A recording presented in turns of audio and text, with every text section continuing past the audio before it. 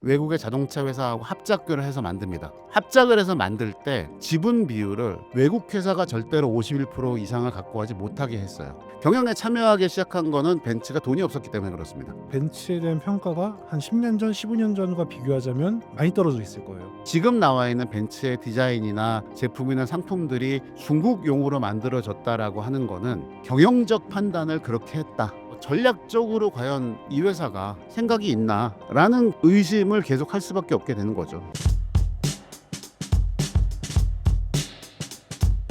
한때 기술, 품질, 신뢰의 상징이었던 독일차의 명성이 예전 같지 않다는 비판이 많습니다. 우선 독일 브랜드들의 중국 자본 비율이 어느 정도인가요? 일단 우선 선을 좀 긋고 나가야 되는 거가요. 독일 차들이 중국 자본이라고 뭉뚱그려서 얘기하면 BMW나 아우디는 굉장히 억울해할 겁니다. 예. 왜냐하면 실질적으로 중국 자본이 투자가 돼서 회사의 경영에 영향을 미치고 있는 거는 메르세데스 벤츠, 그러니까 다임러 그룹 하나밖에 없는 거고요. BMW 같은 경우는 브릴리언트 오토라고 해서 중국에서 조인트 벤처를 만들어서 현지 생산을 하고 있거든요. 거기에만 75% 정도 직접 소유를 하는 형태로 들어가서 브릴리언스가 25%만 있는 그거를 갖게 된 거가 첫 번째 그거밖에 없고요. 그다음에 아우디도 그 FAW 폭스바겐하고 조인트 벤처라든가 뭐 그런 것들에 뭐 10% 1%씩 상징적인 것밖에 없어요. 근데 이게 왜 그렇게 했냐면 애당초 중국 자동차 시장이라는 것 자체를 좀 이해를 할 필요가 있습니다. 공산 국가잖아요. 우리 모두가 알고 있듯이. 그래서 중국에 있는 자동차 회사들은 세 가지로 나뉘어요. 그러니까 우리나라를 기준으로 하면 현대자동차나 뭐 현대자동차, 기아, 뭐 르노도 있고 모두 한 있잖아요. 근데 이 우리나라에 있는 자동차 회사는 다 사기업입니다. 주주들이 그걸 갖고 있고 개인들이 그거를 운영하는 회사들이에요. 근데 중국은 국영 기업이 있고요. 국가에서 중국 중앙 국가에서 소유를 하고 운영하고 있는 회사들이 있고요. 그다음에 지방성에서 소유권을 갖고 지분을 갖고 운영하고 있는 회사들이 있고요. 그다음에 개인 회사들이 있습니다. 사기업들이 있는 거예요. 그러니까 크게 나누어서 이렇게 세 가지로 나누어서 볼 수가 있는 거죠. 그래서 이렇게 세 가지 회사들이 다 운영이 되고 있는데 처음에는 공산국가였기 때문에 사실은 국영기업밖에 없었어요. 그런데 이게 경제가 어쨌든 개혁개방 정책이 시작이 됐고 차에 대한 수요들도 늘어나고 일단 통제된 자본주의 상태로 돌아가게 되니까 차에 대한 수요가 늘어나잖아요. 그렇게 되니까 지방성들에서도 그러면 자동차 회사들을 만들자. 그런데 맨 땅에 헤딩할 기회 할 수밖에 없는 상태였었고요. 중국에서의 자동차라고 하면은 물론 거기도 그 공산화가 되기 전에 미국에서든가 그런 데들 회사들 들어가서 차를 생산한 적도 있었어요. 그런데 이제 그런 것들이 다 없어지고 심지어 그 문화혁명 기간을 겪으면서 그런 기술적인 것들에 대한 내용들이 싹 다 사라졌습니다. 그러니까 남아 있었던 것들은 그나마 이제 러시아 쪽에서 갖고 와서 기술을 했었던 군용차들 그런 것들밖에 없었죠. 그런데 여하튼 이제 승용차와 그런 것들이 필요하다 보니까 그래서 시작이 된 거가 합작 회사들을 만드는 거예요. 지방 성하고 외국의 자동차 회사하고 합작을 해서 만듭니다. 근데 합작을 해서 만들 때 지분 비율을 외국 회사가 절대로 51% 이상을 갖고 가지 못하게 했어요. 그래서 중국에서 모든 거를 컨트롤할 수 있게 만들어 놓은 거죠. 그렇게 하는 것과 동시에 뭐를 걸었냐면 수입하는 자동차에 대해서는 관세율을 50%, 100%를 붙여놔요. 그러니까 무슨 얘기냐면 만들어서 팔아라라는 거예요. 차를 살 사람들은 많고 시장은 우리가 크니까 우리 인구가 8억이나 있어. 이 8억들한테 차를 팔아. 대신 와서 조인트 벤처로 만들어서 팔아. 이렇게 해놓은 거죠. 그래서 모든 중국에 있는 회사들이 무슨 GM으로 보면 상하이 GM, 뭐 동펑푸조 이런 식으로 다 조인트 개념이에요. 그래서 현대자동차가 북경현대가 된 것도 그런 얘기예요. 그러니까 북경자동차가 북경기차라고 거기는 쓰죠. 예, 북경자동차가 현대자동차하고 손을 잡고 공장을 세워서 거기에서 현대자동차의 차를 만들어서 판매를 했고요. 북경자동차가 벤츠랑 손을 잡고 벤츠를 현지에서 생산을 하게 됩니다. 그게 BAIC가 지분을 갖게 된 이유 중에 하나예요. 근데 조인트 회사로 해서 현지 생산하는 거에서는 그렇게 갔는데 어떻게 하다 보니까 이게 메르세데스 벤츠 본사에 다임러 본사의 지분을 9% 가까이 갖게 됐느냐. 경영에 참여하기 시작한 거는 독일 벤츠가 돈이 없었기 때문에 그렇습니다. 아주 단순한 얘기예요. 그리고 그 벤츠가 돈이 없어지게 된 것들이 사실은 전동화로 전환을 하기 위한 그 전에서부터 사실은 2000년대 중반 이후에 회사의 체질이 좀 바꿔보고 시장에 좀 더 집중하자라는 거를 하기 위해서 투자를 받기 시작을 했고요. 그 투자를 받은 거에서 일단 북경에서 받아온 게 9%. 그 다음에 지리의 대표인 르펀슈가 개인의 자격으로 9% 지분을 사죠.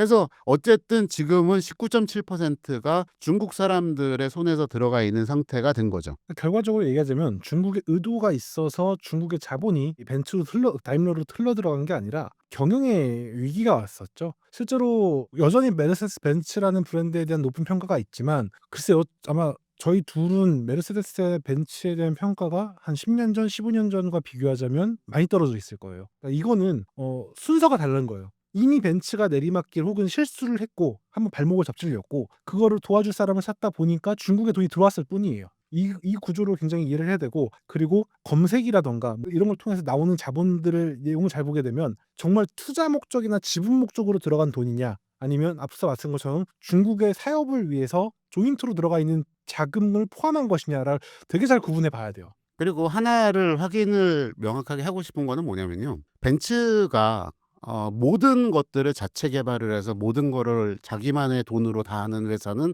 아닙니다. 그러니까 무슨 얘기냐면 엔진에 대한 부분을 예를 들어 개발을 할 때 그거는 뭐 예전에 BMW 그랩도 그랬고요. 소형차 엔진들 1500cc급 이하의 엔진들은 본인들이 직접 개발하지 않고 외부 업체 걸 개발을 해서 갖고 와서 사용을 했었어요. 특히 2000cc급 정도 4기통 엔진들까지도 그렇게 갖고 와서 쓴 것들이 많았거든요. 심지어 디젤 엔진 같은 경우도 벤츠가 승용 디젤의 거의 원조처럼 얘기를 하지만 그것도 푸조 PSA 그룹에서 사다가 쓴 적도 있었고요. 실제로 우리들이 잘 모르는 그런 VM 모터리라던가 이런 좀 엔진 연구하고 엔진을 개발 생산하는 업체들이 있거든요. 그러니까 결국 외주라던가 아웃소싱을 한 게 어쩔 수 없는 구조예요, 거기는. 그래서 이런 식으로 외부랑 협력하는 것들이 많았었고요. 그 와중에 투자할 만한 여력이 있었던 중국 회사들이 들어왔고, 그리고 북경자동차 같은 경우에는 이미 조인트 벤처로서 차를 생산하고 있었기 때문에 그거에 의해서 지분 참여를 했다라고 보는 게 맞죠. 중국 자본과 뭐 독일 브랜드에 대한 얘기를 하기 위해서는 이런 좀 상황 정리가 좀 필요한 상황이죠. 한 가지만 더 말씀드리면 시장에 대한 것도 비판이 사실은 많이 나와요. 그래서 이제 중국에 많이 팔려면 어쩔 수 없이 중국 거를 해야 되지 않느냐라는 얘기를 하는데, 사실 이 부분에 대해서는 정확하게 좀 짚고 넘어갈 필요가 있습니다. 왜냐하면 벤츠가 200만 대 정도를 팝니다. 전 세계에 1년에. 그중에 한 68만 대, 그러니까 34% 정도를 중국에다 팔아요. 자, 이렇게 얘기하면은 우왕 34%나 파니까 중국 시장에 맞춰갖고 차를 만들지라고 생각할 수 있지만, BMW 220만 대 전 세계에 파는 것 중에 70만 대, 그러니까 미니 합쳐서 중국에다 팝니다. 33%예요. 아우디 160만 대 전 세계에 팔고 있는 것 중에 65만 대 중국에다 팝니다. 40% 가까이 돼요. 그러니까 이게 중국이라는 나라 자체가 1년에 3천만 대가 차가 팔리고요. 인구가 10억이 있기 때문에 가장 큰 시장인 거예요. 거기에다가 못 팔고 있는 브랜드와 회사가 문제인 거지. 안 파는 회사들. 네, 안 팔거나 못 파는 회사들이 문제인 거지. 여기에다가 많이 판다는 것 자체를 갖고 문제를 삼는 거는 사실은 이슈랑 전혀 동떨어진 얘기입니다. 그리고 사실 조금 더 비약을 하자면 캐딜락은 미국 판매보다 중국 판매가 많을 때도 있거든요. 네, 그렇습니다. 네. 그러면은 왜? 라고 말할 수 있는 거죠. 중국에 맞춰서 만들어야 되는 거 아니야? 라고. 네. 네. 그래서 지금 나와 있는 벤츠의 디자인이나 제품이나 상품들이 중국용으로 만들어졌다라고 하는 거는 시장이 커서 혹은 걔네가 많이 팔기 때문이라기보다는 되려 더 큰 문제인데 경영적 판단을 그렇게 그렇죠. 했다라고 볼 수밖에 없는 거예요. 일단 좀 더 추가적인 얘기를 좀 하게 되고, 물어보셨던 게 한국에서 독일 3사 이미지를 좀 물어보셨잖아요. 요거는 사실 선배랑 저랑 의견이 굉장히 많이 달라질 것 같아요. 왜요? 벤츠 어떻게 생각하세요? 그냥 벤츠라고 생각을 하는데요. 저는 좀 AMG하고 벤츠를 분리해서 일단 보는 입장이기도 하고, 벤츠는 그냥 사는 사람들이 사는 차이고 BMW까지는 비슷해도 아우디에서 많이 달라지지 않을까요, 저희가? 근데 아우디는 지금 국내 판매량을 기준으로 보면은 사실은 독일 3사라고 부르기는 좀 아쉬울 정도로 아우디의 판매량이 줄어든 거는 맞아요. 근데 그게 내부적으로 보게 되면은 뭐 디젤 게이트가 2015년에 전 세계적으로 시작이 됐고, 그리고 2017년쯤 돼서 국내에도 영향을 미치면서 판매 중단 사태가 있었고, 그 이후에 정확하게 회복을 못하고 있다라고 보는 거거든요. 그때 이미 너무 소비자들에게 마음을 잃었고 브랜드 전략 자체가 굉장히 잘못됐었죠, 그다. 그리고 국내 수입해서 판매하는 것들은 어쨌든 자동차 시장은 신차가 끌고 갑니다. 새 차가 글로벌에서 런칭했다는 거는 다 알려져 있어요. 그런데 국내에 안 나오면, 예를 들어서 해외에 재작년에 나온 차가 올해 짠하고 신차라고 나오면 그거는 신선도가 떨어지거든요. 물론 새 차기는 하지만. 그런 것들이 아우디에서는 굉장히 많이 반복이 되는데, 그 이유 중에 하나는 독일 본사의 정책 변화 때문에도 있습니다. 그러니까 인증이 완전히 끝나야 그 이후에 한국 시장을 위한 차를 만들고 공급을 해주겠다요. 예전에는 차가 만들어져서 주문을 하면 차를 받아서 평택이라든가 그런 항해에 있는 보세구역 안에다가 세워두고 인증이 진행되고 인증이 끝나면 바로 그 차들을 출고를 했었어요. 근데 이게 안 되는 거예요. 근데 독일에서 주문을 넣고 차를 생산을 해서 가져오는데 빨리 갖고 와도 3달은 걸립니다. 제일 중요한 게 그냥 생산되는 게 아니에요. 설비랑 사양이랑 이런 것도 준비를 해 놔야 돼요. 그래서 아우디는 그런 식으로 재기를 할 수 있는 타이밍들을 좀 놓쳐서 지금의 상황으로 왔다는 걸로 왔고요. 대신 이제 그래서 지금은 아예 전동화 모델들을 중심으로 가면서 큐포 이트론이라든가 q6 이트론이라든가 하는 SUV에서 전기차들로 전환을 해서 지금 차들을 집중적으로 내놓고 있죠. 나쁘지 않다고 봅니다. 차 자체는 나쁘지 않아요. 근데 이제 시장에서의 그 내용이 회복되는 게 좀 중요할 거라고 생각을 하고요. 그런데 저는 그걸 좀 힘들다고, 그러니까 좀 오래 시간이 걸려야 된다고 네. 디젤 게이트 여파를 맞았던 브랜드들의 전략이 좀 상이했어요. 폭스바겐 같은 경우는 바로 고개를 숙였어요. 물론 뭐 청문회라든가 법정 이런 데서는 꼿꼿이 고개를 들었지만 적어도 고객들 앞에서는 바로 고개를 숙였는데, 아우디의 전략은 할인해서 팔면 돼라는 전략이 있어버렸죠. 그래서 2017년도부터 한 20년도 초반 이때까지는 아우디 제값 주고 사면 약간 바보 취급당하는, 내가 이번 달에 신차를 제값 주고 샀는데 다음 달에 30% 할인을 해요. 어슈런스를 껴가지고. 그러면은 제값 주고 산 사람 바보 되는 거잖아요. 이런 것들이 너무 누적되어 있었죠, 그동안. 그래서 이미지라는 거는 어쨌든 회복하는데 시간이 걸릴 거고요. 독일 3사라고 얘기를 해서 벤츠, BMW, 아우디라고 얘기를 하면 사실 BMW가 독주에 가깝게 지금 튀어나가고 있는 상황이죠. 이제 실적도 국내 판매량을 보게 되면 벤츠가 수입차 1위를 했던 게 몇 년이었었는데 벌써 한 3년 전서부터 2년 전서부터인가요? 2년 전서부터는 BMW가 1등으로 돌아섰거든요. 그것도 참 신기한 부분이에요. 특히 그 절대로 무너지지 않을 거라고 생각했었던 S클래스, 그러니까 풀사이즈 대형 세단, 그 부분에서도 물론 이제 벤츠 입장에서는 더 비싼 마이바흐가 팔리고 있으니 그 판매량 합치면은 비슷하다라고 얘기할 수 있겠지만 7 시리즈가 판매가 그렇게 올라가게 된 것도, 그 다음에 전기차 판매가 굉장히 늘어나게 난 것도 BMW는 확실히 자리를 잡았어요. 그래서 이게 우리나라만의 문제 이슈는 아니고요. 전 세계적으로 봐도 그런데 이게 글로벌 판매에서도 더 많다고 말씀드렸잖아요. 올해 상반기까지의 유럽 EV 판매 대수를 보면 폭스바겐이 13만 3천 대로 전년 대비해서 78%가 올라가면서 1위로 올라갔거든요. 그러면 1위였던 데는 누구였느냐? 테슬라입니다, 당연히. 전년 대비 33% 줄어들어서 10만 8천 대로 줄었어요. 근데 3위가 BMW입니다. 9만 3천 대예요. 이게 프리미엄 브랜드로서 전기차 판매에 3위를 올라갔다는 거가 사실은 굉장히 중요한 포인트인 거죠. 그러니까 대중적으로 많이 팔리는 차가 아니라 프리미엄 브랜드로서도 전기차를 이만큼 팔고 있다는 거는 이 브랜드가, BMW라는 브랜드가 전동화로 전환하는 거가 굉장히 계획을 잘 세웠고, 또 모델 라인업별로 굉장히 촘촘하게 전기차를 집어넣었고, 거기에 플러스로 PHEV라든가 그런 것들까지도 집어넣으면서 그냥 차종을 결정을 하면 그 차에서 가솔린, 디젤, 하이브리드, 전기차까지를 그냥 고를 수가 있어요. 이거를 이제 파워 오브 초이스 전략이라고 해서 차를 고르고 파워트레인을 결정을 하는 거죠. 이거를 굉장히 빨리 빽빽하게 채워넣은 게 BMW예요. 그리고 이제 글로벌에서도 EV 부분에서 메르세데스 벤츠 평가가 굉장히 안 좋아지고 있어요. 왜냐면은 기본적으로 전기차는 더 비싸요. 비쌀 수밖에 없어요, 동급의 내연기관 차량들보다. 그러면 그만큼 더 조용해야 되고 더 품질이 좋아야 되고 더 우수해야 되는데, BMW는 그거를 파워 오브 초이스로 동일하게 맞췄어요, 사실상. 그리고 다른 브랜드 같은 경우는 전기차와 내연기관 라인업 아예 분리시켜서 입체화시켰어요.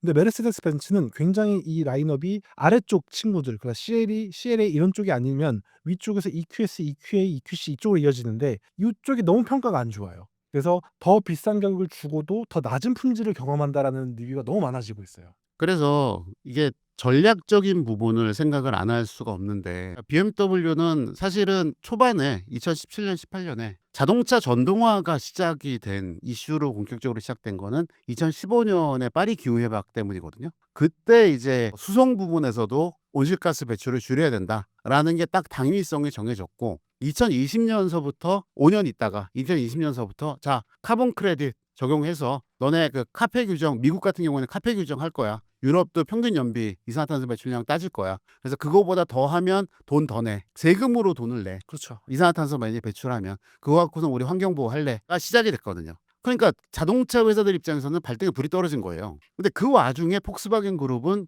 디젤 게이트가 그에 터지는 바람에 정신을 못 차리고 있었던 거고요. BMW도 그거 전환은 늦었어요. 그 전환은. 그래서 그 시점에 벤츠가 미래 자동차에 대한 방향성이라고 하면서 CASE, 케이스라는 거를 주장을 해요. C는 커넥티드, A는 오토노머스, 그 다음에 S가 서비스 앤 쉐어드예요. 그러니까 공유 관련된 거죠. 그리고 E가 일렉트리피케이션이에요. 그러니까 이 네 가지를 묶어서 우리는 이 방향으로 갈 거고 이게 미래차다. 완벽한 내용이었었어요. 그런데 그 네 개 중에 지금 뭐 하나로 제대로 되고 있느냐? 없죠.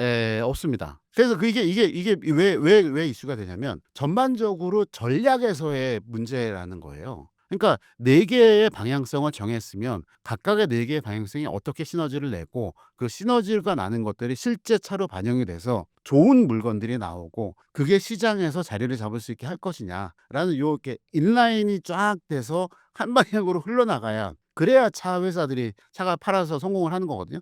거기에서 뜬금없이 벤츠는 EQ를 내놨죠. 그렇죠. 전용 전기차 브랜드라고 해서 EQ를 내놓고 거기에서 EQE가 나오고 맨 처음에 EQC부터 시작을 했어요. 그거는 GLC를 바탕으로 해서 내연기관 베이스의 전기차였는데 무려 2019년에 나왔음에도 불구하고 차 상태가 너무 안 좋았죠. 그렇죠. 그리고 그 이후에 EQE나 EQS 같은 완전 전용 전기차라고 내놨음에도 불구하고 걔들도 가격은 비싸고 그다음에 디자인 이상하고 그리고 뭔가 전기차로서 확실하게 띵 하고 올 수 있는 거 없고 심지어 국내에서는 중고차 가격에 대한 방어도 안 됐어요. 그 와중에 작년에 불까지 났죠. 물론 이제 그 화재 사건 자체는 차의 문제라고 저는 생각하지는 않습니다. 또 그다음에 페르시스 배터리를 썼기 때문이라고 문제가 되지도 않아요.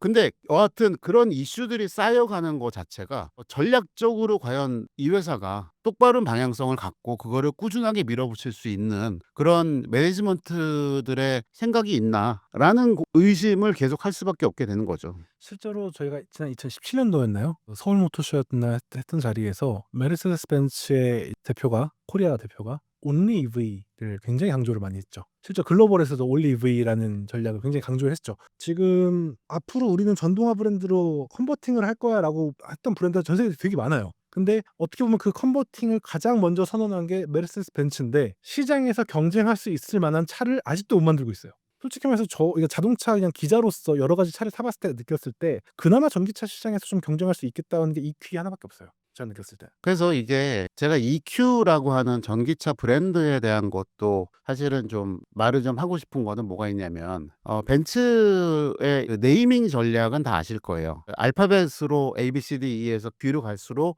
차가 커지는 거가 있고요. 그 다음에 EV들 같은 경우는 GL이 붙여서 그 뒤에다가 알파벳을 붙여서 쭉 가잖아요. 이게 EQC가 나왔는데 그러면 C가 있으면 세단이냐 SUV냐가 사람들이 일단 헷갈려요. 그렇죠. 그때 당시에는 EQC는 SUV였었어요. 그런데 EQE가 나왔는데 얘는 또 세단이에요. EQS 나왔는데 얘도 세단이에요. 근데 EQA하고 B는 또 SUV로 나왔어요. 자, 그러면 얘네들이 그러니까 이게 아주 단적인 예예요. 시장에서도 헷갈리는 거예요. 도대체 EQ라는 브랜드에서 A, B, C, E는 무슨 의미인 거야? 그래서 아까 제가 말씀드렸던 BMW의 파워 오브 초이스 전략이 굉장히 똘똘했던 건 뭐냐면 그냥 3시리즈고 3시리즈의 X3고 X3가 전기차로 가면은 iX3가 되고 이런 식으로 아주 단순하게 보는 거예요. 그리고 현대자동차만 해도 그렇죠. 지금 있는 현대자동차를 봤을 때 그랜저, 그다음에 소나타, 아반떼가 세단이 있으면 얘네들은 아마도 나중에는 전기차가 나오겠지만 지금 현재까지는 내연기관과 하이브리드만 팝니다. 그렇죠. 그리고 아이오닉을 통해서 아이오닉 넘버링으로 그렇죠. 책을 구분하고 네, 있죠. 아이오닉이라는 서브 브랜드를 갖고선 전기차들의 새로 라인업을 깔고 있고 물론 이제 코나 일렉트릭도 있고요. 그다음에 코나 일렉트릭 같이 내연기관 베이스의 전기차도 있어요. 근데 그거는 서브 브랜드로서의 내용이 아니라 누가 봐도 코나 일렉트릭은 코나에서 파생된 차라고 생각을 하는 거예요. 헷갈리지 않습니다. 시장에서. 벤츠는 그게 안 되는 거예요. 그래서 얼마 전까지만 해도 EQ를 계속 유지하네, 없애네 뭐 그러다가 결과적으로는 지금은 없애고 정리한다. 라고 한 거예요. 자, 그러면 이거는 무슨 얘기냐? 지금 현재 EQ를 타고 계시는 분들은 다음 모델은 없다는 얘기가 됩니다. 단종이에요. 브랜드의 헤리티지라든가 로열티가 사라져버리는 네. 순간이 돼버리는 거죠. 삽질을 하려면 정리를 잘 하든가 정리를 할 때 어떻게 정리할 건지에 대한 내용이 있어야 되는데 EQ2를 그럼 EQ 브랜드를 없앤 다음에 전기차는 앞으로 어떻게 나오나요? 에 대한 답이 없어요. 네. 그래서 최근에 나왔던 게 가장 어이가 없는 게 위드 EQ 테크놀로지라는 팬네임을 붙이겠다 해서 G클래스 모델에 위드 EQ 테크놀로지를 붙였죠. 우리가 어릴 적에 우리 아빠 슈퍼맨처럼 힘 세다, 우리 아빠는 울트라 캡처 세다 이런 식으로 돼버린 거예요. 이러다 보니까 브랜드의 가치도 떨어져지고 브랜드에 대한 전략도 되게 불투명해지는 거예요. 최소한 자기들이 이게 옳다라고 생각하기 전까지는 굉장히 오랜 시간 동안 연구를 했을 거란 말이에요. 근데 이게 아니라고 한다면 그 안에서 뭔가 확장시키고 발전시켜야 초반에 우리를 지지해줬던 고객들에 대한 로열티를 할 수 있는 건데 방임해버리는 거예요. 그래서 이 이야기를 우리 3부의 이야기로 돌아가면 중국 자본이 들어왔기 때문이라고는 생각을 안 한다는 거예요. 그러니까 벤츠가 지금 이렇게 어렵고 위기라는 거는 매니지먼트의 전략 미스에서 비롯된 것이지 중국의 자본에 의해서 간섭 때문이라고는 생각할 수는 없다는 거죠. 그리고 실제로 중국 자본들의 중국의 특징 중 하나가 일단 초반에는 돈을 굉장히 많이 밀어줘요. 작정하고 들어가면 굉장히 투자를 푸시를 많이 해주면서 성과가 날 때까지 기다려요. 특정 시간을. 그리고 그 시간이 지날 때까지도 성과가 안 나온다. 그러면 다시 자본을 뺍니다, 그냥. 근데 성과가 많이 나고 있어요, 실제로. 그래서 정말 중국 자본이 들어가서 나빠졌냐를 보는 거는 좋아진 케이스를 봐야 될 것 같아요. 왜냐면은 메르세데스 벤츠가 진짜 중국 자본이 들어갔으면 다른 중국 자본이 들어갔던 브랜드처럼 굉장히 많은 자금의 푸시라든가 연구 개발의 푸시를 받았어야 되는데 지원을 받아야 되는데 전혀 없어요. 언제나 돈이 들어가만 가 있고 모든 결정은 독일에 있는 그 엄청 현학적인 표현을 하고 있는 이사회분들 그분들의 결정에서 나온 거거든요. 박사님들과 그 이사장 이런 사람들의 과연 그들의 결정이 옳았냐, 그들의 결정에 중국 자본의 영향이 있었냐를 봐야 되는데 지금껏 중국 자본들이 들어갔을 때의 투자 방식과 전혀 달라요. 그냥 돈을 거기다 뒀다라는 느낌밖에 없는 거죠. 그래서 좀 더 비교를 하기 좋다면 진짜 중국 자본이 많이 들어간 브랜드는 볼보, 폴스타, 로터스 그리고 MG라고 할 수 있겠죠. 근데 이 브랜드들이 폴스타가 지금 살짝 전 세계 전동화 흐름이 살짝 늦어져서 조금은 이제 부침이 있긴 하지만 그건 선택의 문제가 아니거든요. 왜냐면 그건 애초에 폴스타 자체가 전기차 브랜드이기 때문에 어쩔 수 없는 거고 볼보는 정말 많이 성장을 했죠. 그 처음에 그 FCA 계실 때 볼보는 취급도 기대도 걱정도 안 하는 브랜드였잖아요. 사실. 그러니까 어떤 개념으로 생각을 하냐면 볼보는 굉장히 소규모 브랜드예요. 연간 생산량 자체가 50만 대가 안 되는 그리고 일부의 매니아들이 타는 차로 생각을 했던 게 사실은 기본이죠. 그리고 유럽 브랜드라고 하면 우리나라에서는 첫 번째가 독일, 두 번째가 영국이고 그다음에 이제 좀 안타깝지만 스포츠카로 할 수 있는 예쁜 쓰레기인 이탈리아 브랜드들이 있고 프랑스가 이제 푸조가 있고 그리고 이제 스웨덴의 볼보는 약간 좀 별종 같은 그런 거였었어요. 싹 볼보 이쪽들은 아스타라 그렇죠. 변태다. 예. 이런 취급이었죠. 근데 그게 메이저 시장으로 올라오고 그리고 메이저의 대우접을 받으면서 판매가 되기 시작을 한 거는 일단 상품이 좋아서입니다. 상품이 좋아졌어요. 그리고 SUV로의 전환하는 타이밍이 굉장히 빨랐고 그리고 볼보는 플랫폼 전략이 딱 두 개밖에 없었어요. XC90하고 그다음에 S90을 만드는 대형 플랫폼이 있고 그다음에 그 밑에 급들을 다하는 소형차가 불편에 있고 CMA가 있고 SPA가 있고 CMA가 있고 두 가지 플랫폼을 딱 해놓고 그다음에 엔진도 2000cc 4기통으로 하나로 통합을 해버렸습니다. 그리고 이거를 갖고서 여기다가 터보가 하나가 붙냐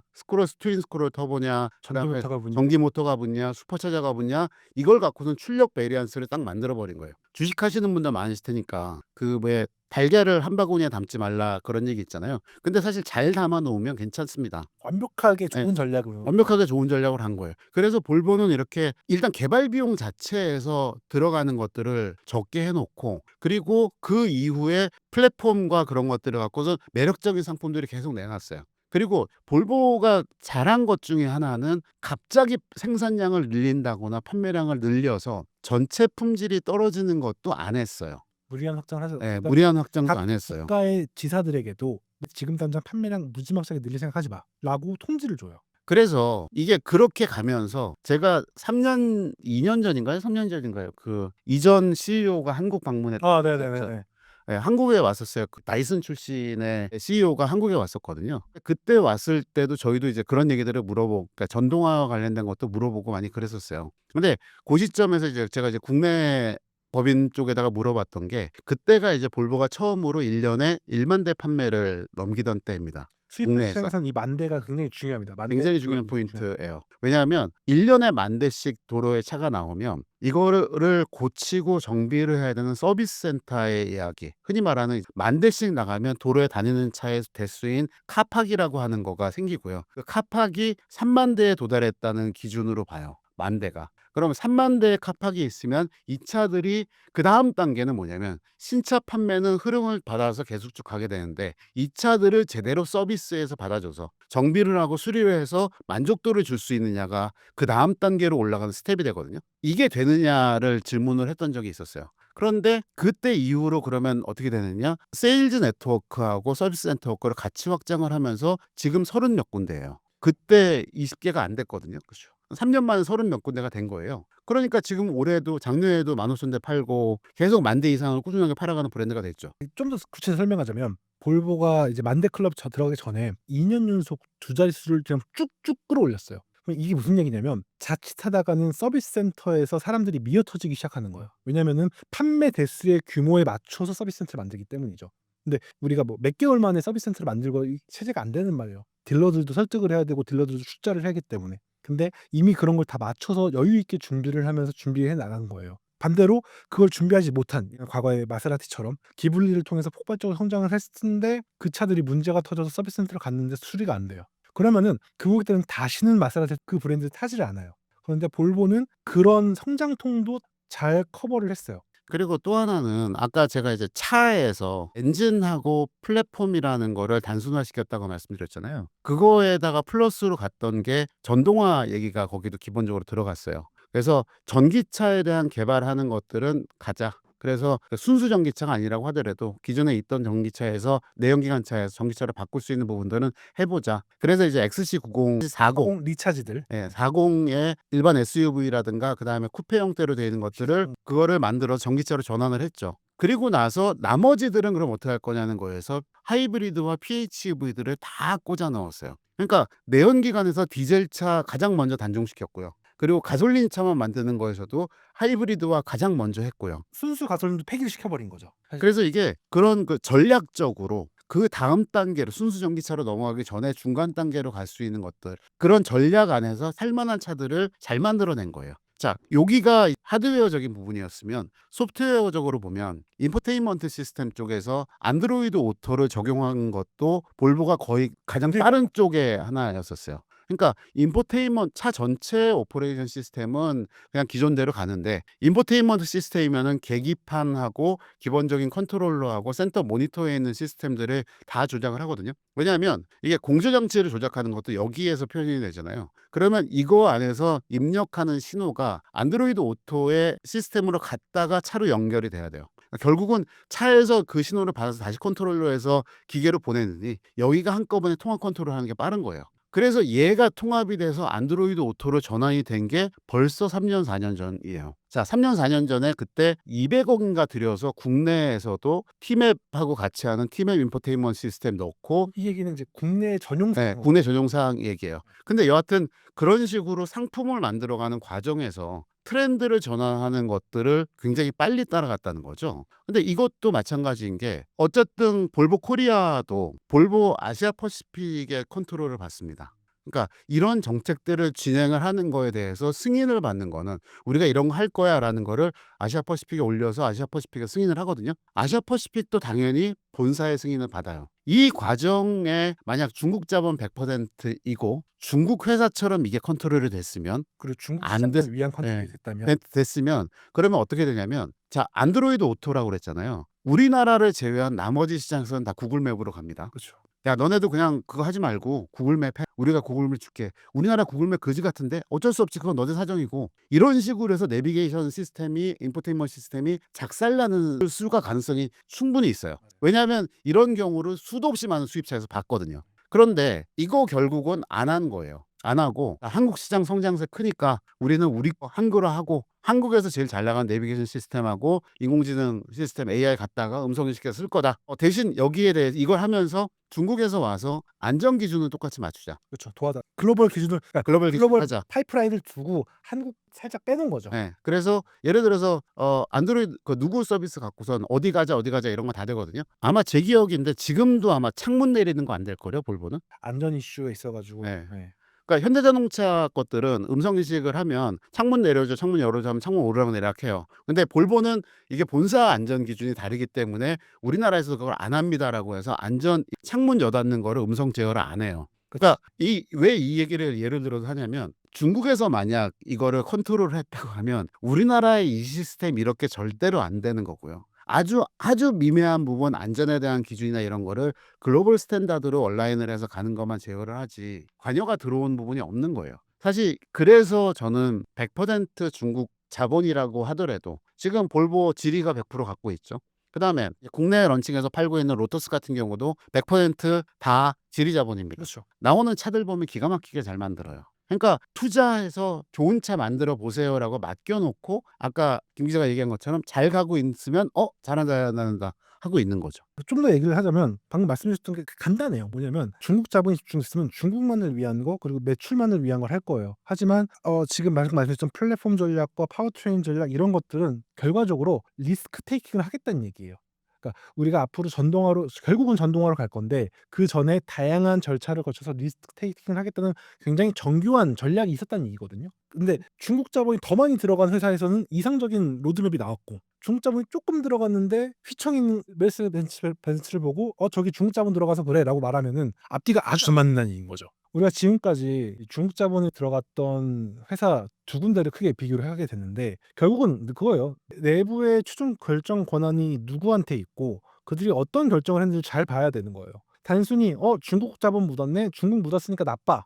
라고 하는 건 굉장히 편협하고 과거 우리나라의 그 색깔론 같은 굉장히 나쁜 행위예요. 특히 심사위원 보신 분들 투자라든가 비즈니스라든가 이런 거에 많이 관심이 많으실 텐데 겉으로 드러나는 것보다 재무제표를 봐야 되고 숫자를 봐야 되고 그 안에 있는 구성 요소들을 봐야 되거든요. 그리고 그런 것들이 어떤 워크플로우를 통해서 진행을 되고 있는지를 분석을 해야 되지 그냥 누가 그렇다더라 혹은 그런 얘기가 많다더라라는 걸로 휩쓸리면 굉장히 가치 판단이 위험하다는 거죠. 그래서 아까 말씀드린 것처럼 메르세데스 벤츠는 중국 자본에 의해 흔들린 게 아니라 유럽에 계신 의사회들의 결정이 잘못됐다고 할 수 있는 거고 되려 중국은 중국 특유의 그 비즈니스 마인드라는 게 있거든요. 정해진 시간대까지는 푸시를 해주고 그리고 그 다음에 과실을 나누는 방식이 있어요. 그걸 통해서 볼보, 폴스타, 로터스, MG 같은 이런 브랜드들이 성장하고 도약하고 있고 지금 중국 내 브랜드들도 마찬가지요.